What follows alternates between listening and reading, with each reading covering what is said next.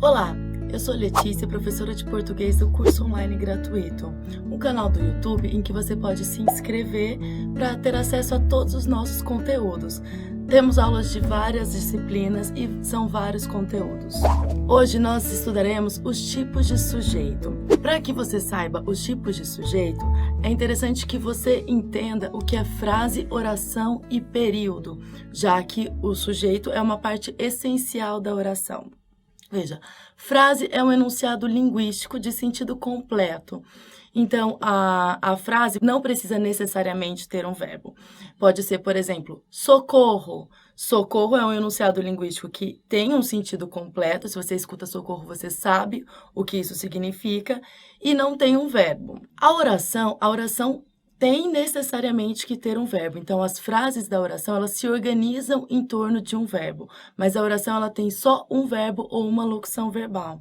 E já o período, ele pode ser simples, se ele tiver uma única oração, e pode ser composto, se ele tiver mais de uma oração. Então, num período como, amanhã tem prova de matemática, eu estudei muito, mas vou estudar mais um pouco. Amanhã tem prova de matemática, ponto. Trata-se de um período simples, porque eu tenho apenas um verbo. Eu estudei muito, mas vou estudar mais um pouco. Eu tenho aí um verbo, estudei, e tenho vou estudar, que é uma locução verbal. A locução verbal é composta de dois verbos. Eu tenho um verbo auxiliar, que neste caso é o vou, e um verbo principal, que carrega o sentido do que a locução quer dizer. Então, vou estudar tem o sentido de estudarei, percebe? Por isso é uma locução verbal, com o sentido de um único verbo. Então, eu tenho aí duas orações, eu estudei muito, e a outra oração, mas vou estudar mais um pouco. Então, neste caso, eu tenho um período simples, amanhã tem prova de matemática, e um período composto, eu estudei muito, mas vou estudar mais um pouco. Agora, indo a sujeito e predicado. Você precisa entender que a oração ela tem necessariamente um sujeito e um predicado. Então, você tira o sujeito, o resto é o predicado. Maria estudou inglês no Canadá. Sujeito simples, Maria estudou inglês no Canadá, que é o resto da oração, é o predicado. Hoje nós vamos ver só os tipos de sujeito e o tipo de predicado a gente vai deixar para uma outra aula. O sujeito é o termo sobre o qual se faz alguma declaração. E o predicado contém as informações do sujeito. O primeiro tipo de sujeito, o sujeito simples. O sujeito simples está expresso na oração, ele é facilmente reconhecido. Veja, nós estávamos muito satisfeitos. Sujeito simples, nós. Quem estávamos muito satisfeitos? Nós. Então, eu posso representar o sujeito por um pronome, neste caso, nós estávamos muito satisfeitos. Ou por um substantivo, ou uma palavra substantivada. Veja este outro exemplo. O consumo das famílias brasileiras cresceu. Com que palavra o verbo cresceu está concordando? Com consumo. Então, todo o consumo das famílias brasileiras, tudo isso é sujeito, mas o verbo vai concordar com a palavra, com o núcleo do sujeito.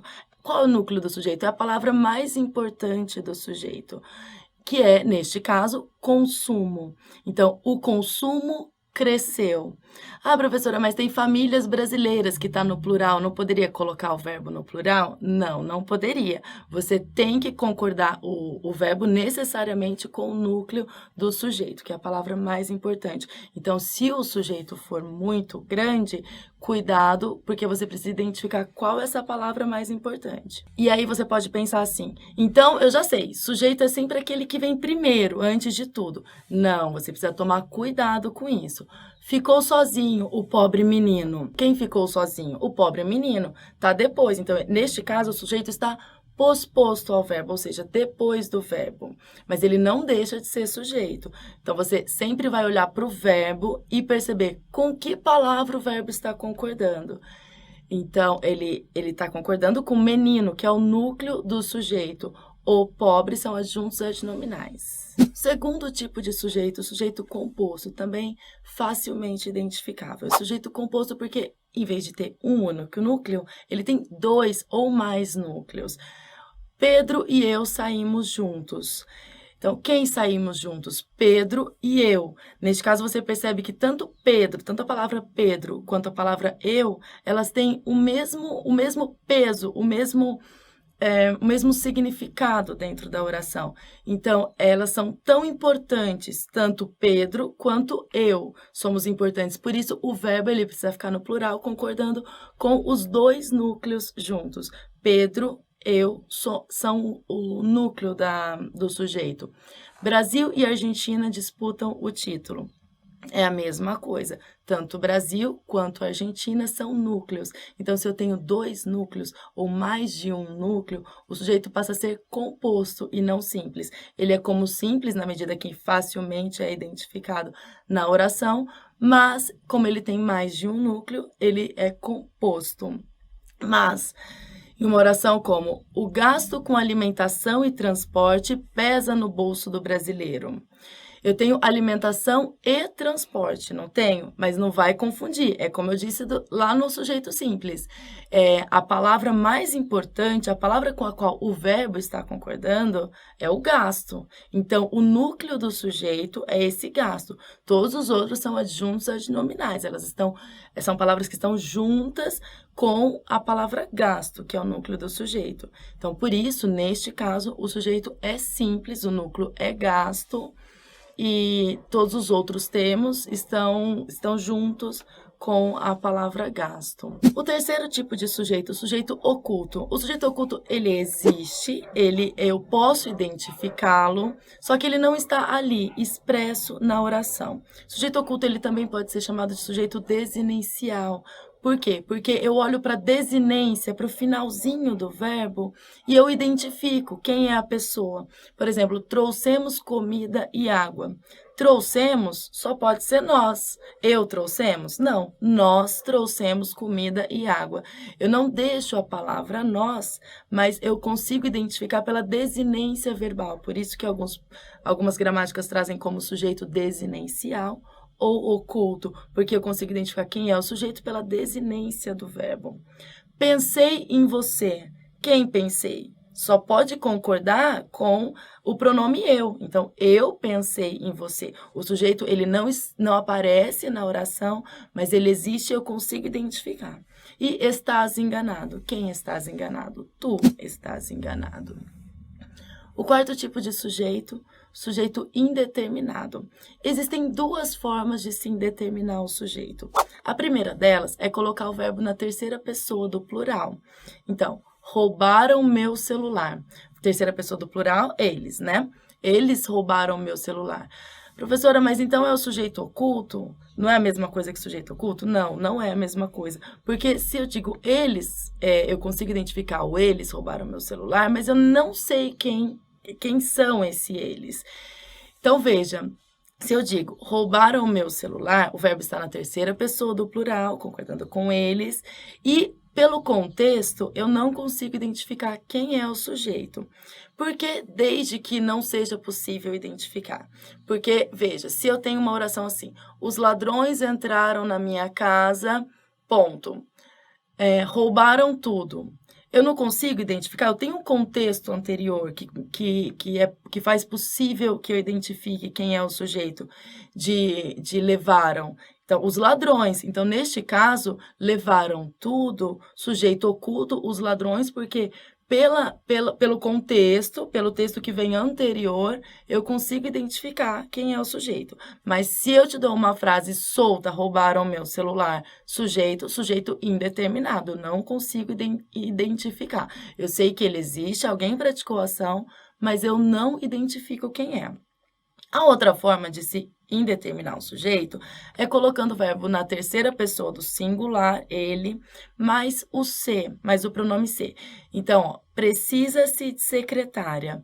Terceira pessoa do singular, precisa, que ficaria ele precisa, mas o ser precisa-se de secretária. Alguém precisa de secretária, eu não sei quem.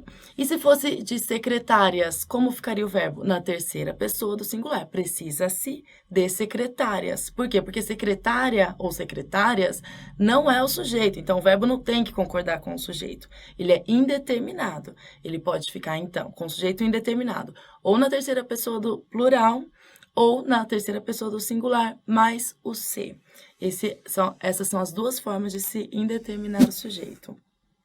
E o quinto tipo de sujeito, o sujeito inexistente. Sujeito inexistente ou oração sem sujeito. Tem alguns verbos que são impessoais e que fazem a oração ser sem sujeito ou com o sujeito inexistente. O primeiro deles são os verbos que indicam fenômenos da natureza, como chover, ventar, nevar, fazer frio, fazer calor. Então, chover, ontem choveu muito, ou amanheceu. Ah, professora, mas ontem choveu muito, eu não posso achar um sujeito? Sei lá, o sujeito é Deus, é São Pedro. Não, não tem sujeito. Oração sem sujeito. Verbos que indicam fenômenos da natureza, oração sem sujeito e ponto. Não precisa ficar tentando identificar um sujeito. Não tem. Mas, se os verbos indicando fenômenos da natureza estiverem em sentido figurado, o que é sentido figurado? É o sentido que não é real, sentido que não é literal. Ele pode ter sujeito. Veja, choveram aplausos depois do show. Percebe que choveram está no plural? Ele não deveria estar no plural, porque como é que choveram? Já que chover é um fenômeno da natureza, ele deve sempre permanecer na terceira pessoa do singular. Mas, choveram aplausos, o sujeito, neste caso, é aplausos. Então, aplausos choveram. Por quê? Porque está no sentido figurado. Realmente choveu? Aplauso? Caiu do céu? Não, as pessoas aplaudiram. E isso é o sentido figurado. Não choveram aplausos literalmente, mas as pessoas aplaudiram. Então, com sentido figurado, pode sim ter sujeito. Outro tipo de sujeito inexistente, o verbo haver com sentido de existir ou acontecer. Então, verbo haver com sentido de existir ou acontecer não tem sujeito, é um verbo impessoal, ele deve, então, ficar sempre na terceira pessoa do singular. Já que não tem sujeito, ele vai concordar com o quê? Então, ele tem que ficar na terceira pessoa do singular. Veja esses exemplos.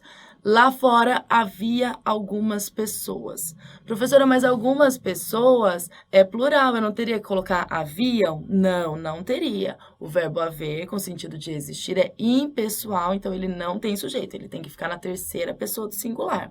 Então, havia algumas pessoas. E houve 2 acidentes na estrada.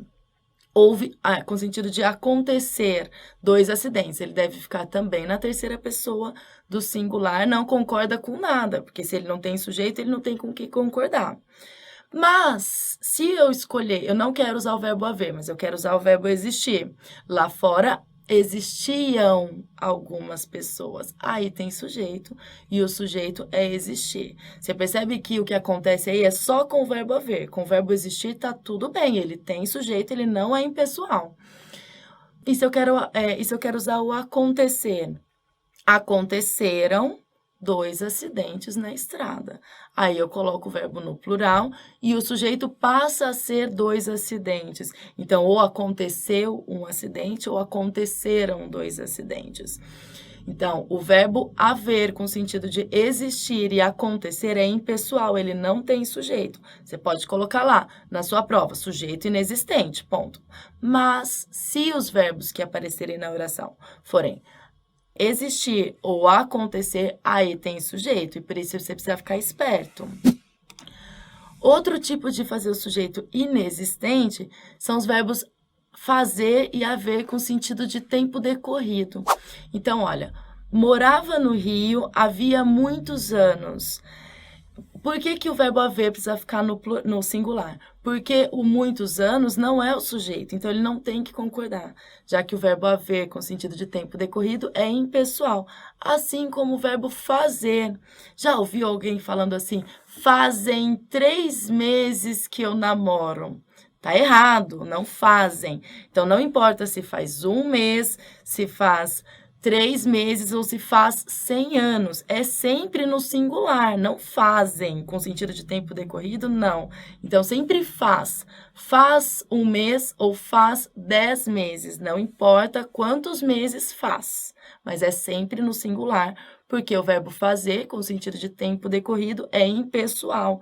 Então, esse 2 meses, 3 anos, não é o sujeito. Ele deve ficar na terceira pessoa do singular sempre, sempre.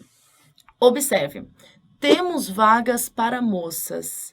Existem vagas para moças e há vagas para moças.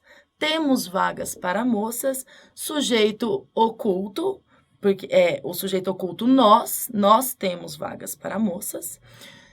Existem vagas para moças, sujeito simples, vagas, tá vendo que o existir concorda com o sujeito que é vagas? O que existem? Vagas existem. Então, tá concordando com o sujeito que está no plural, verbo existir, ele é pessoal, tem sujeito, vagas. Mas em há vagas para moças, sujeito inexistente. O verbo haver com o sentido de existir é impessoal, não tem sujeito. Mas o sujeito não é vagas, as três frases querem dizer a mesma coisa. Como podem ser três tipos de sujeitos diferentes? Pois é assim. E é por isso que você tem que estudar e entender essas peculiaridades dos tipos de sujeito que são muito importantes para todos os testes, exames e provas que você for fazer. Bom, o que eu tinha para falar sobre os tipos de sujeito era isso. Se você ficou com alguma dúvida, fique à vontade para deixar aí nos comentários. E até a próxima. Tchau!